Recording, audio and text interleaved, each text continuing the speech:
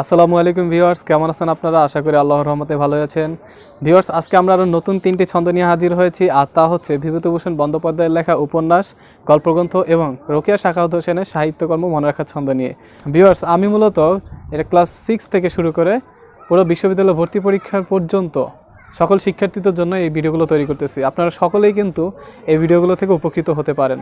তো ভিউয়ার্স, চলুন আজকে ভিডিওতে যাওয়া যাক। তবে তার আগে বলে নেই, আপনি যদি আমার এই চ্যানেলে নতুন হয়ে থাকেন তাহলে আমার চ্যানেলটি সাবস্ক্রাইব করে পাশে থাকা বেল আইকনটি ক্লিক করুন, যাতে পরবর্তী ভিডিওর নোটিফিকেশন আপনি সবার আগে পেতে পারেন।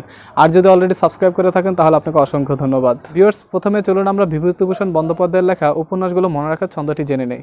তো বিভূতিভূষণ বন্দ্যোপাধ্যায়ের লেখা উপন্যাসগুলো মনে রাখার ছন্দটি হচ্ছে: দেবযান তুমি অরণ্যে এসে ইছামতির দৃষ্টিপ্রদীপ ফিরিয়ে দাও, পথের প্যাচে অপরাজিতাকে আর কত কাঁদাবে। ভিউয়ার্স, লক্ষ্য করুন, এই একটি ছন্দতে কিন্তু 6টি উপন্যাসের নাম লুকিয়ে রয়েছে, আর তা হচ্ছে দেবযান, আরণ্যক, ইছামতি, দৃষ্টিপ্রদীপ, অপরাজিতা এবং পথের প্যাচালি। টোটাল এই 6টা উপন্যাসের নাম কিন্তু মাত্র আমরা একটি ছন্দে শিখে ফেলতে পারছি। সো ভিউয়ার্স, এখানে একটু বিশেষভাবে দেখতে হবে, যেখানে অরণ্যে মানে হচ্ছে আরণ্যক, আর পথের প্যাচে মানে হচ্ছে পথের প্যাচালি। আশা করি আপনারা বুঝতে পারছেন। সো ভিউয়ার্স, আমি ছন্দটি আবারও বলছি: দেবযান তুমি অরণ্যে এসে ইছামতির দৃষ্টিপ্রদীপ ফিরিয়ে দাও, পথের প্যাচে অপরাজিতাকে আর কত কাঁদাবে। এবারে চলুন বিভূতিভূষণ বন্দ্যোপাধ্যায়ের লেখা গল্পগ্রন্থগুলো মনে রাখার ছন্দটি বলি। সো বিভূতিভূষণ বন্দ্যোপাধ্যায়ের লেখা গল্পটি মনে রাখার ছন্দটি হচ্ছে: মরিফুল যাত্রা বদল করে মেঘমল্লার মতো কিন্নর দলে যোগ দিল। ভিউয়ার্স, উক্ত ছন্দটিতে 3টি গল্পগ্রন্থের নাম কিন্তু লুকিয়ে রয়েছে, আর তা হচ্ছে মরিফুল, যাত্রা বদল এবং মেঘমল্লার।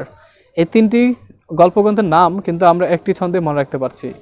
সো ভিউয়ার্স, আমি ছন্দটি আবারও বলছি: বিভূতিভূষণ বন্দ্যোপাধ্যায়ের লেখা গল্পগ্রন্থ মনে রাখার ছন্দটি হচ্ছে মরিফুল যাত্রা বদল করে মেঘমল্লার মতো কিন্নর দলে যোগ দিল।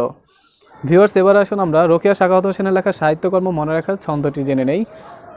রোকেয়া সাখাওয়াত হোসেন তার জীবনে যতগুলো প্রবন্ধ রচনা, তারপরে ছোট গল্প, বড় গল্প লিখেছেন, অর্থাৎ এক কথা তার সাহিত্যকর্ম মনে রাখার, সাহিত্যে তিনি যতগুলো অবদান রেখেছেন সবগুলো মনে রাখার একটি ছন্দ রয়েছে, আর তা হচ্ছে মতিচুর অবরোধবাসিনী সুলতানা স্বপ্নরূপী প্রেমিক ডিলিসিয়াকে হত্যা করে পদ্মরাগ প্রবন্ধটি ছিনতাই করলো।